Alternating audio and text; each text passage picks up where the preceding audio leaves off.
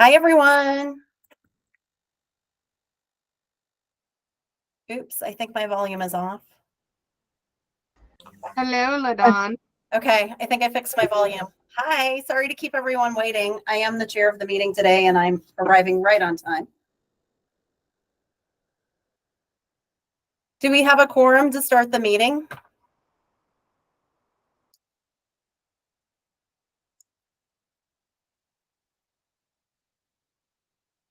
Who do I see for board members here?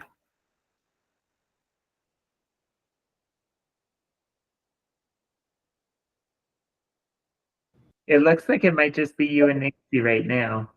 Okay, so do we need to wait? Because it looks like we're going right into project applications. Yeah, I think we might need to wait. I know Laura had emailed that there were definitely proxies here, but I don't think we have enough to proceed yet. Okay. Oh, we've got Monique now too, so we're at 3. If there's any other board members on that I'm missing, definitely make yourself heard. That would be nice if we could do a head count or a I'm here. I'm here, Nancy Jackson. So me, Nancy, Monique. Sam joined. Sam. Okay, excellent. Monique, are you actually on?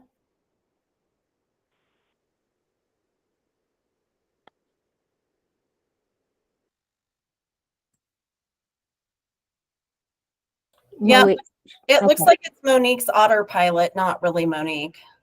Correct. But James Martinez is going to proxy for her. Is James on? Yes, he is. Okay, excellent. I did not see James on the list of. I don't see James either.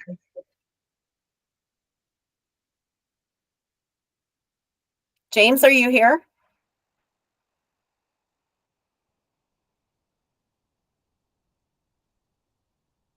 I stand corrected.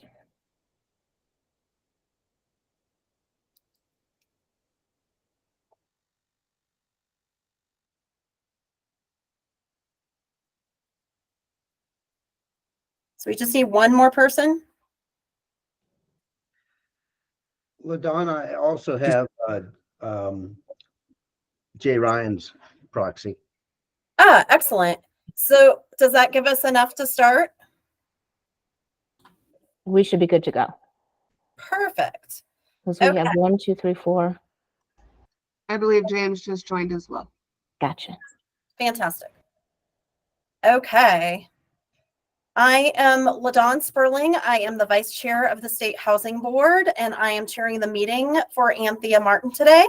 And so I call this meeting to order at 1:03 p.m. And we will start with introduction from Andrew Atchley.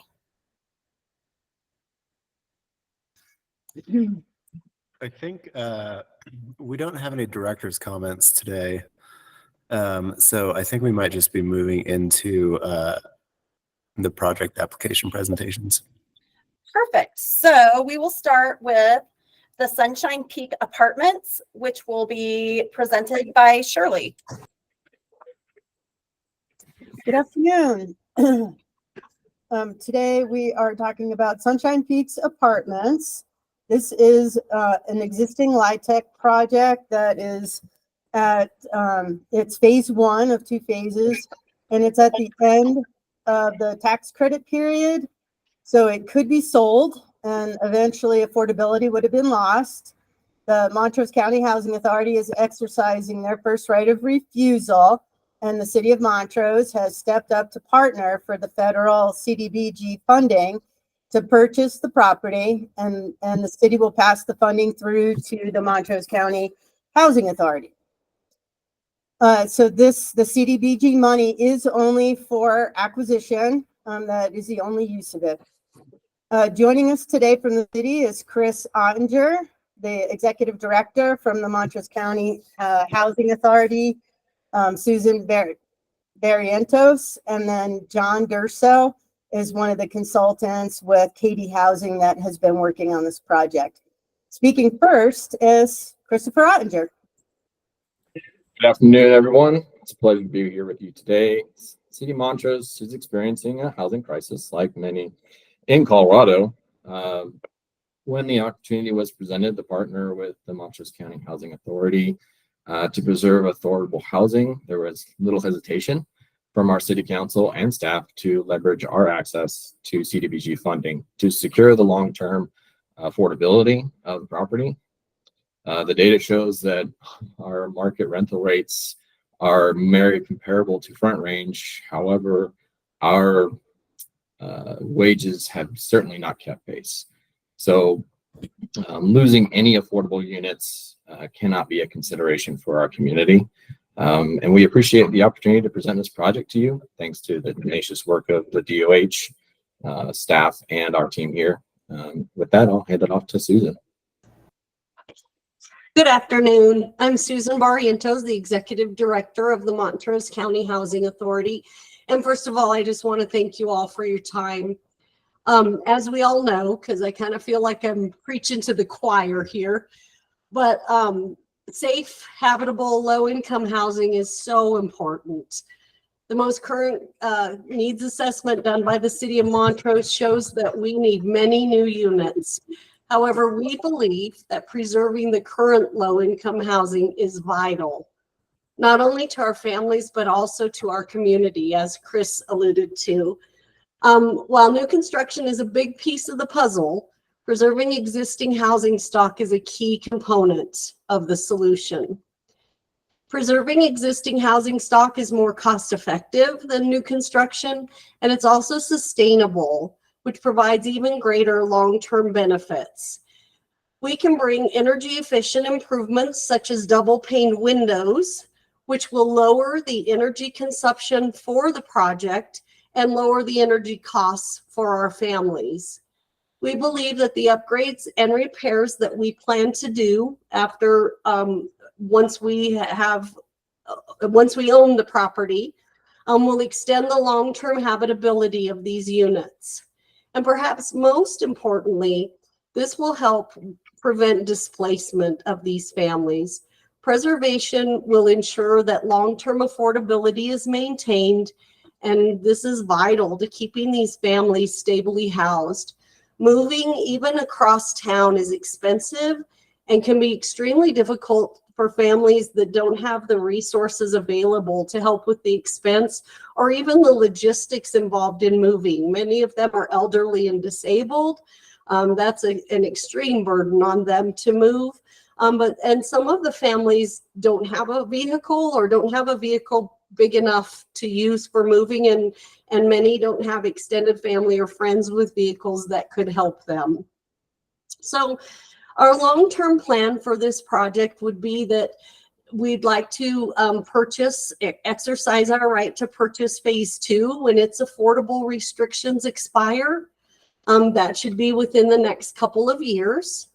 And then combine phase 1 and phase 2 into one property. And we are committed to do whatever is necessary to keep these units affordable for as long as they are needed. So I thank you for your time today. Thank you. Do we have any questions on Sunshine Peaks Apartments?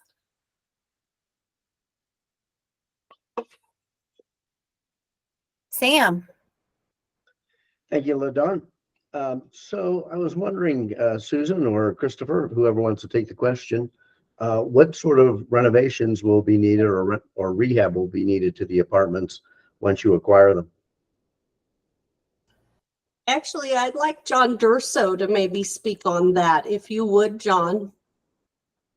Sure, I can do that.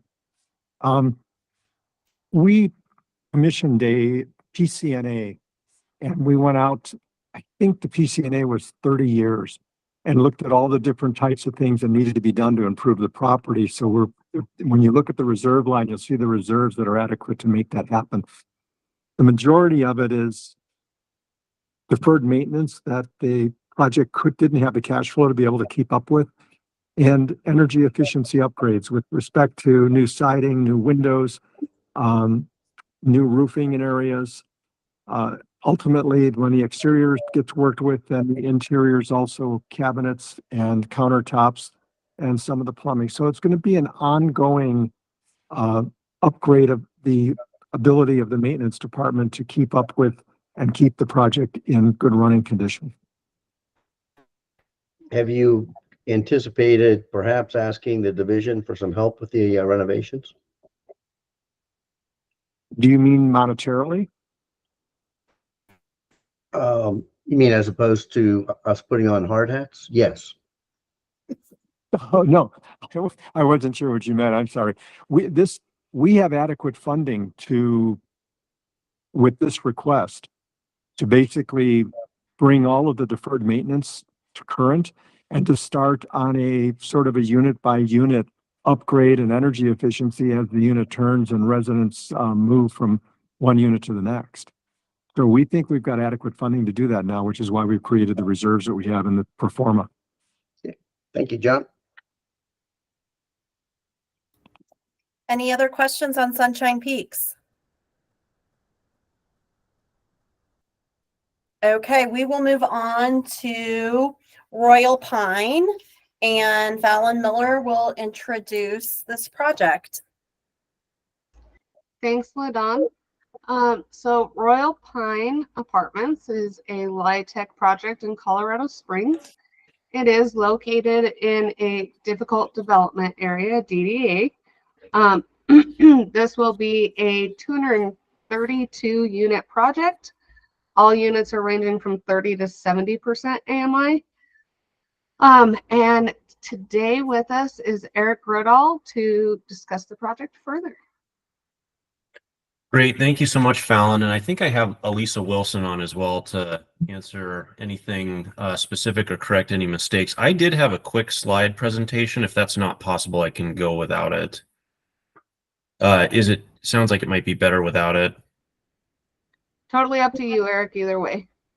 Okay, let me see if I can share just really quick. It might help set some context here, and I'm a little bit There's an arrow in a box at the bottom of your screen, and that's your screen. Yeah, I'll just give it a minute here, otherwise I'll go. Let's see. Can you guys see my screen now? We can. Yes. Perfect. Okay, great. Thank you guys for taking the time to do this. So Eric Rodall, DBG Properties. It's great to be in front of you guys again, and thank you for the opportunity to present our project, Royal Pine Apartments in Colorado Springs. This is just a quick slide presentation that hopefully helps illustrate the project. As Fallon mentioned, it's 232 units, new construction near Powers and Union, which is the northern part of Colorado Springs on an 8-acre site. It's a mix of 1, 2, and 3 bedroom units, and it is income averaging, targeting 30, 60, and 70% units. We think that's a big selling point on this project.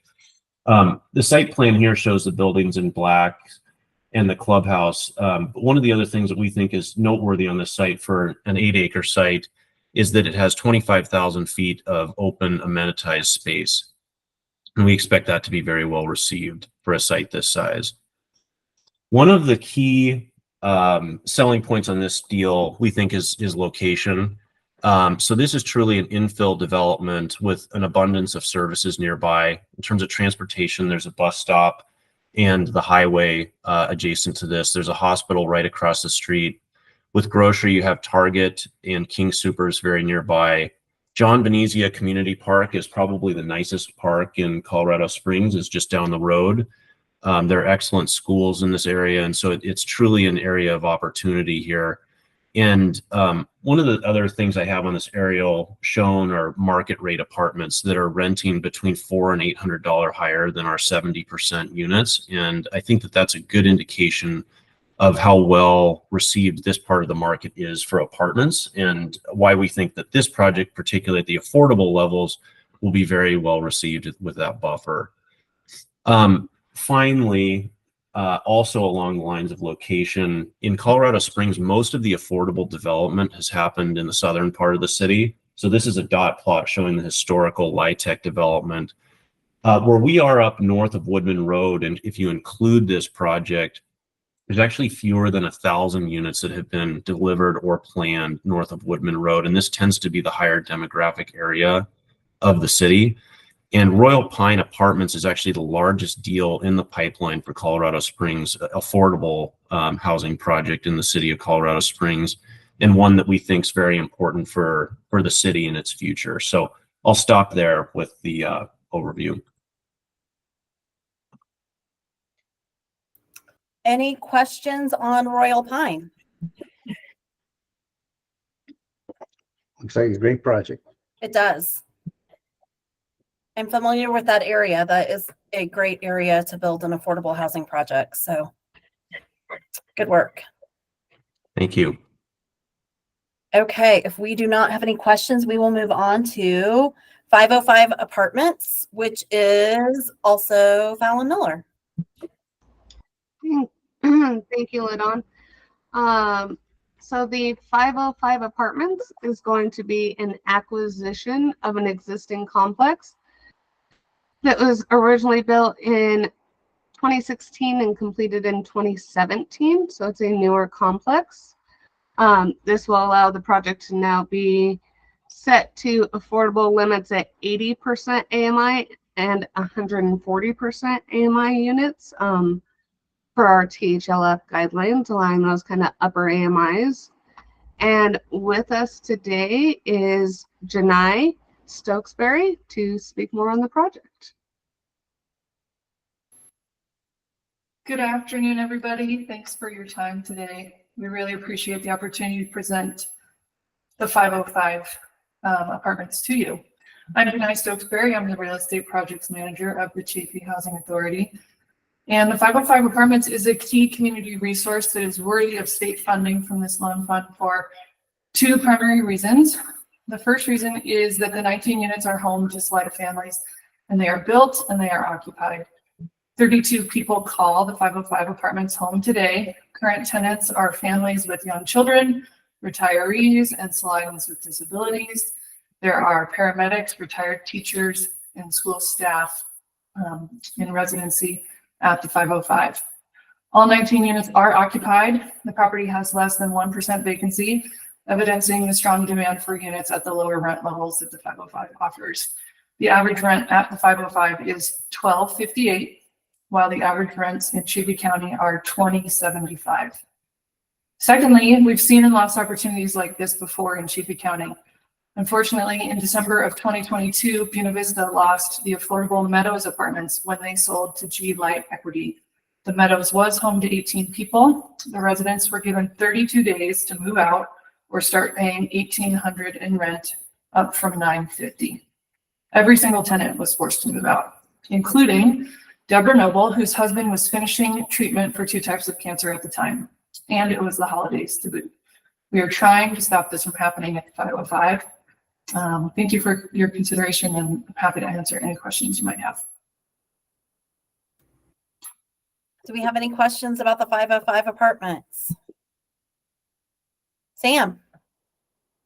Thank you, Ladon. So Jen, did I understand that all of the residents currently that are in place would qualify for the affordable guidelines? Yeah, we believe they would. We actually, and Fallon and their team and the team went through the current incomes, and I think with the 140 as well as the 80, everybody would qualify. However, when we started this process, we were assured that, you know, we aren't in the business of kicking anybody out of their home, and so actually lease renewal would be the time where we would be sure to income qualify all of the residents. And Sam, I can speak more on that. So we actually did look at existing households and gave cushion. So those 80% units actually cover 70% and below households. And then the 140 covers 120% and below households. I don't believe we have anyone over 120% currently living there. But that way we have a little bit of flexibility so that those existing residents, in case they do get a raise in income, anything like that, they still have some flexibility. Okay.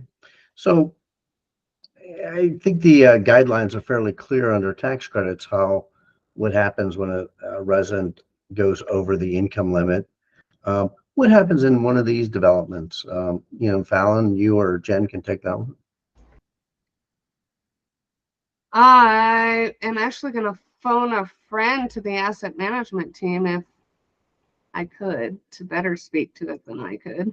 I'm looking to see if they're on, but if not, so Sam, we would have at time of annual research. Hey, there's a handful of them. Rob, go ahead. Hey, Fallon. Yeah, I can jump in here. So, we're stuck within the limits of the funding source and what we put in the use covenant. So in this case, part of the strategy was to take advantage of the fact that the funding source allows for a higher AMI to provide a little bit of flexibility. So I think, as an example, in the future, if there's a lease renewal and a tenant's income has increased a little bit, but they're still under 140% AMI, which is the absolute maximum for the funding source, they'd be in good shape. I think if at a future lease renewal, if a tenant's rent had gone over the absolute maximum, then they would no longer qualify. And so that circumstance would be, I guess, more similar to a LIHTC project, where, if you earn too much to qualify for any of the units, then you can no longer rent there. Right. I hope that clarifies a little bit. It's a little bit of an unusual situation, but we wanted to try to accommodate the desire to preserve the affordable housing, not just for future tenants, but also for the folks who are already living there. Right. And THLF was a great source to use for that because it allows that flexibility with higher AMI, especially in rural resort regions. Mm-hmm. And Rob, who makes up those rules? Is it the state or is it the federal government? Which rules do you mean, Sam? Sorry. In terms of the, if you go over the 140, then, you're required to move and that kind of stuff. I think that would depend on where the funding is coming from. Well, in this case, it says it's THLF funding. Well, in our case, because it's THLF, 140% is the maximum. I understand. So according to statute, we wouldn't be able to. Yeah, it's a statutory requirement. State or federal? That's what I'm trying to understand. State. THLF is a purely state funding source, so that would be the maximum AMI for rental projects in rural resort regions specific. Okay, thanks. And just to add to that real quick. Go ahead. Thank you. Just to add to that as well, Sam. So if someone is deemed, if they are in one of our state assisted units and they are deemed, and individuals deemed like over income, we aren't going to require that complex to kick them out. Like, we don't want to displace folks. So when we have our assisted units, they tend to be floating units. So essentially, the next available unit that comes available, we would then assign that to a state assisted for someone that income qualifies. And that's why we allow that flexibility with floating units to ensure whatever units we're restricting, they remain 80%, but we understand that that might have to shift in order to avoid displacement because in these communities. And then I just want, as you see, this funding is SB 22-159. So as Rob mentioned, these AMI limits are strictly laid out in the statute. So that's why we have to abide by these for this funding source.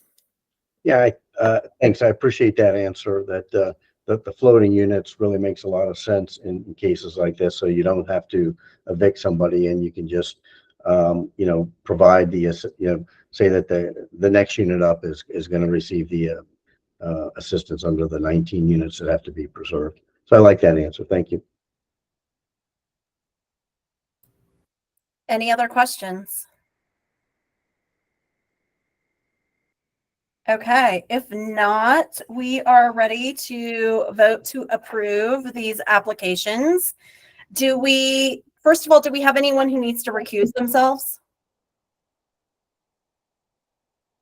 Okay, and then just so we know who has proxies. Sam, you mentioned, do you have a proxy?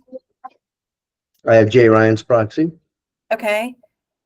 And James, who do you have? Monique. Okay, excellent.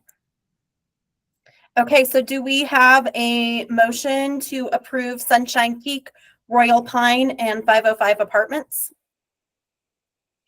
So moved. Second. Great. All those in favor say aye or raise your hand. Aye. Aye. Any opposed? Great. Congratulations, everyone. Congratulations. Thank you all again so very much. Thank Yeah. you. You. And we will see you all in 2 weeks. Thank you. Have a great day. Thanks. Meeting's adjourned. Thank you.